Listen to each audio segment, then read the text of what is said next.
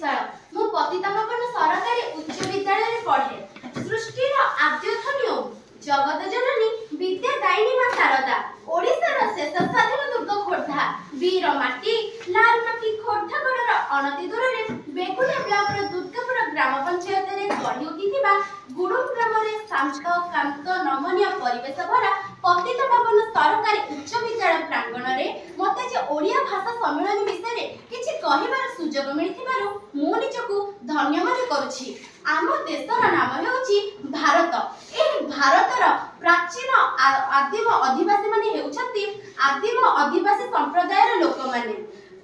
ଭାରତର ଭାଷା ଓ ସାହିତ୍ୟ ମଧ୍ୟରୁ ଓଡ଼ିଶାର ଭାଷା ଓ ସାହିତ୍ୟ ମହନୀୟ ଶ୍ରେଣୀର ଅଟେ।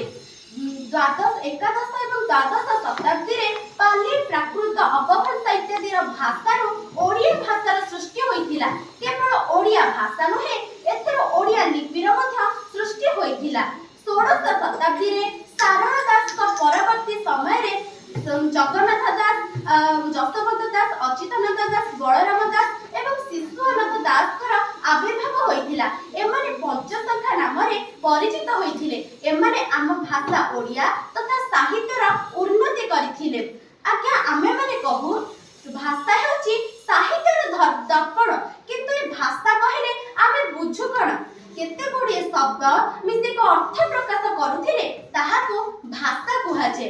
ଏହି ଭାଷା ଦ୍ୱାରା ଆମେ ଆମ ହୃଦୟର ଇଚ୍ଛା ତଥା ଅଭିବ୍ୟକ୍ତି ଅନ୍ୟ ଆଗରେ ପରିପ୍ରକାଶ କରିପାରୁ। ଆମେମାନେ ହେଉଛୁ ଭାରତର ସନ୍ତାନ। ଉତ୍କଳ ମାତା ହେଉଛି ଆମର ଜନ୍ମଭୂମି। ଆମେ ସମସ୍ତେ ଜାଣିଛେ ପୂର୍ବରୁ ଆମ ଓଡ଼ିଶାରେ ଓଡ ନାମକ ଏକ ଅଧିବାସୀ ମାନେ ବସବାସ କରୁଥିଲେ। ତେଣୁ ସେମାନଙ୍କର ନାମ ଅନୁସାରେ ଆମ ଉତ୍କଳର ନାମ ଥିଲା ଉଡ୍ର। ଏହି ଉଡ୍ର ନାମଟି କଳିଙ୍ଗ ପରବର୍ତ୍ତୀ ସମୟରେ ଉତ୍କଳ ନାମରେ ପରିଚିତ ହୋଇଥିଲା। ଆମେ ଓଡ଼ିଆ ଭାଷା କହୁଥିଲେ ବି ଆମ ଭାଷା ଓଡ଼ିଆ ଭାବରେ ପରିଗଣିତ ହେଉନଥିଲା। ତେଣୁ ମଧୁସୂଦନ ଦାସ ଏବଂ ଅନ୍ୟାନ୍ୟ କେତେକ ଜନନାୟକ ମାନଙ୍କର ସହାୟତାରେ 1936 ମସିହା ଏପ୍ରିଲ ମାସ 1 ତାରିଖରେ ଓଡ଼ିଶା ଏକ ସ୍ୱତନ୍ତ୍ର ପ୍ରଦେଶ ରୂପରେ ମାନ୍ୟତା ପାଇଲା। ଓଡ଼ିଶା ହେଉଛି ପ୍ରଥମ ଭାଷାଭିତ୍ତିକ ରାଜ୍ୟ। ସେହି ଦିନ ଠାରୁ ସମସ୍ତଙ୍କ ମଧ୍ୟରେ ଭେଦଭାବର ପ୍ରାଚୀର ଭାଙ୍ଗିଗଲା। ସମସ୍ତେ ନିଜକୁ ଉତ୍କଳ ମାତାର ସନ୍ତାନ ରୂପରେ ଗର୍ବିତ ଅନୁଭବ କଲେ। ତେଣୁ କବି ଗାଇ ଉଠିଥିଲେ, ପାହିଲାଣି ଏବେ ନିରାଶା ସର୍ବରି, ଡାକୁଛନ୍ତି ମାତା କେତେ ଆଶା କରି। ଜାଗ ହେ ସରବେ ଉତ୍କଳ ସନ୍ତାନେ, ଜାଗ ହେ ସରବେ ଉତ୍କଳ ସନ୍ତାନେ, ଏକତାର ମନ୍ତ୍ର ଜପି ପ୍ରାଣେ ପ୍ରାଣେ, ଏକତାର ମନ୍ତ୍ର ଜପି ପ୍ରାଣେ ପ୍ରାଣେ। ତେଣୁ ଏହି ବିଶ୍ୱସ୍ତରୀୟ ଓଡ଼ିଆ ଭାଷା ସମ୍ମିଳନୀରେ ଆମେ ଆଜି ଏତିକି ଶପଥ ନେବା ଯେ ଆମ ଭାଷା ଓଡ଼ିଆ ଏବଂ ସାହିତ୍ୟ ତଥା କଳା ସଂସ୍କୃତି ପରମ୍ପରା ସବୁକୁ ଶ୍ରେଷ୍ଠ ସ୍ଥାନରେ ପହଞ୍ଚାଇବା ପାଇଁ ଚେଷ୍ଟା କରିବା।